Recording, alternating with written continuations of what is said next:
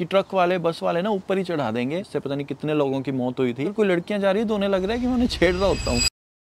No doubt बहुत सारी India के अंदर ऐसी चीजें हैं जो हमें कनाडा के अंदर ना कभी भी नहीं मिल सकती। बट आज हम बात करने वाले हैं कनाडा की उन सब अमेजिंग चीजों के बारे में जिसकी वजह से भाई कनाडा छोड़ने का ना मन ही नहीं कर रहा। मैं अभी 1 महीना ना इंडिया लगा के आया था। मैंने दोनों कंट्रीज में रहने के ना प्रोज एंड कॉन्स बड़े करीब से फील किए। तो जैसे ही मेरे को इंडिया के अंदर ना अपने घर परिवार में 2-3 हफ्ते निकल गए थे, तो उसके बाद ना मेरा मन बहुत ज्यादा ऐसे करने लग गया था कि मैं जल्दी से ना कनाडा वापस आ जाऊं। और यहाँ एयरपोर्ट पे पहुंचने के बाद मेरे चेहरे पे जो खुशी थी या फिर अपने कहें कि मेरा जो एनर्जी लेवल्स थे ना, वो आप मेरे इंडिया टू कनाडा वाले व्लॉग में देख सकते हो। सो अगर आप उन लोगों में से हो जो कनाडा मूव होना चाहते हैं, कनाडा की एक पॉजिटिव साइड देखना चाहते हैं, तो आप बिल्कुल सही वीडियो क्लिक करके देखने आए हो। इसलिए गाइस बिना टाइम को वेस्ट करे लेट्स स्टार्ट दिस वीडियो। छोटे होते से ना एक डर दिमाग में जरूर रहता था कि यार बड़े होके हम पैसे कमा पाएंगे या नहीं कमा पाएंगे, कहीं हम भूखे तो नहीं मरेंगे। और इवन इंडिया के अंदर मेरी ग्रेजुएशन के बाद भी ना जो मेरे को पहली नौकरी ऑफर हुई थी उसमें मेरे को 12,000 रुपए महीने के ऑफर किए थे कंपनी ने। तो वो जॉब का ऑफर ना मैंने वहीं पे टेबल पे बैठ के ठुकरा दिया था और मैं लिटरली क्वेश्चन करने लग गया था कि क्या मेरी वर्थ इतनी है कि मैं सिर्फ 12,000 महीने की नौकरी डिजर्व करता हूँ। इसलिए अगर आप कनाडा जैसी कंट्री में आके रह रहे हो ना, इस तरीके के इनसिक्योरिटी वाले थॉट्स आपके दिमाग में कभी नहीं आते, क्योंकि आपको ये चीज पता होती है कि अगर आप मिनिमम वेज पे भी जाके काम करते हो ना, तो 10-12,000 रुपए तो आप एक दिन में कमा सकते हो यहाँ पे। बाकी फाइनेंशियल प्रॉब्लम्स तो अलग अपनी चल ही रही है यहाँ पे, बट एक मैं सिर्फ सिंपल सा एक पॉइंट प्रूव करने की ट्राई कर रहा हूँ कि यहाँ पे आपको इस तरीके की इनसिक्योरिटी नहीं होती कि मेरे को 2 या 3 टाइम का जो खाना खाना है, बेसिक जो नेसेसिटीज है लाइफ की, उसके लिए बंदा तरसता नहीं है यहाँ पे। सो इसके बाद भाई बढ़ते हैं अपने सेकंड पॉइंट के ऊपर। सारी जो है मेरे पर्सनल एक्सपीरियंसेस हैं। मैंने पिछली वीडियो में ना ये चीज बोली थी कि मैं इंडिया में 1 महीना रह के आया। उसके बाद जैसे ही मैं टोरंटो में यहाँ पे लैंड हुआ था ना, एयरपोर्ट में अंदर आते ही मैंने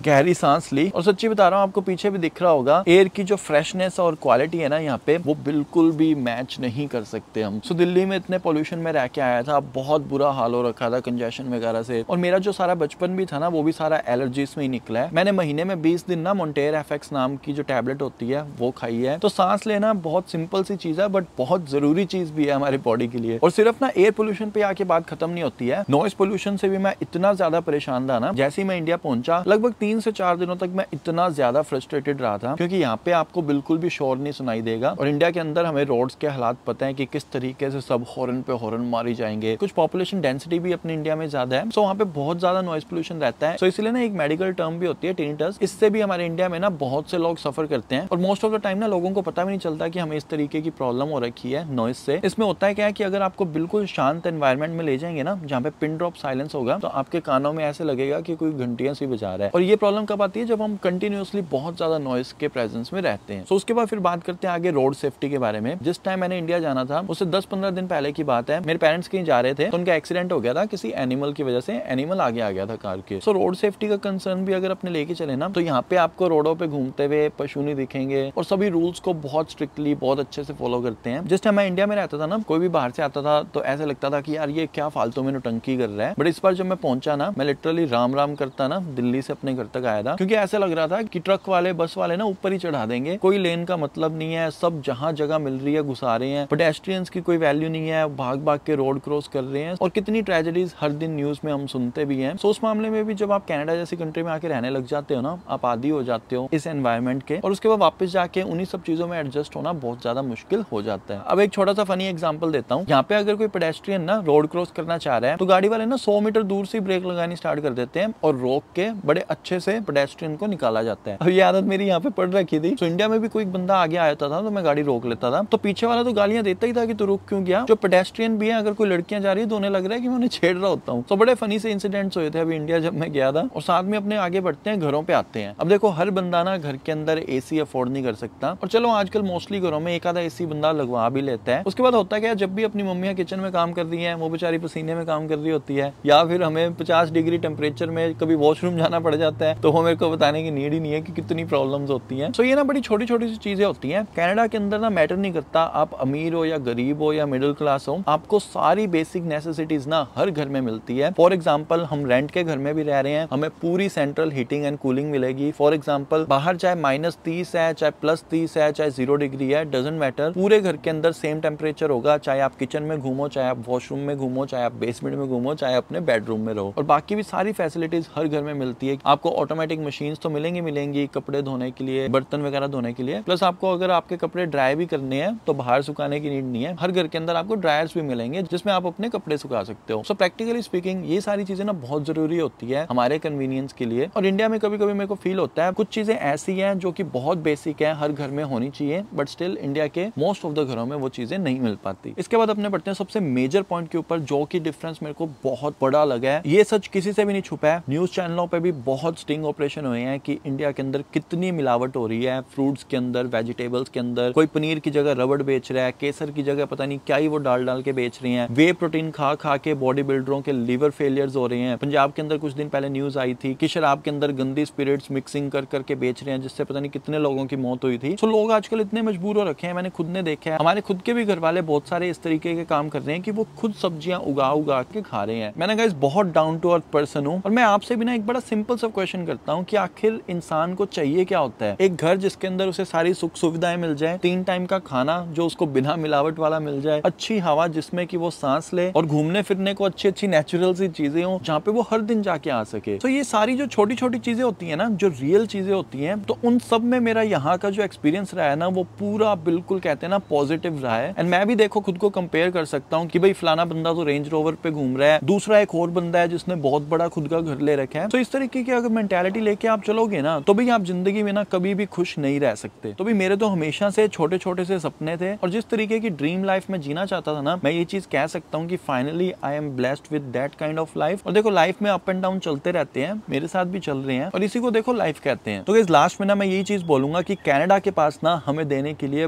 बहुत कुछ इनक्रेडिबल सा है, जो कि हम अगर देखें ना हमारे बिल्कुल आसपास ही होता है। अच्छी हवा, अच्छा खाना, अच्छा घर और नेचुरल ब्यूटी। हम बस गलती ये कर देते हैं कि भीड़ के पीछे भागते भागते इन सब चीजों को कभी देख ही नहीं पाते। सो इसलिए गाइस लास्ट में मैं यही चीज बोलूंगा कि अगर आपके मन में कुछ है ना ऐसा कि हमें भी कनाडा जाके अपनी नई लाइफ स्टार्ट करनी है, then guys go for it. सारी चीजें फिगर आउट करके ढंग से अपना डिसीजन लो। और बाकी आपके क्या थॉट्स हैं इस वीडियो को लेके, या फिर आपके दिमाग में क्या चल रहा है, वो सारा कुछ आप कमेंट सेक्शन में बता सकते हो। सो मेरे मन में था कि मैं अपना एक्सपीरियंस शेयर करूं जो मैं रिसेंटली इंडिया जाके आया था। So this is it guys. अगर वीडियो आपको अच्छी लगी है तो लाइक जरूर कर देना, और जाने से पहले चैनल को जरूर सब्सक्राइब कर लेना, क्योंकि इस तरीके का कनाडा से रिलेटेड अभी और भी बहुत सारा कंटेंट ऑन द वे है। तो मिलते हैं अपने नेक्स्ट वीडियो में, तब तक के लिए goodbye and take care.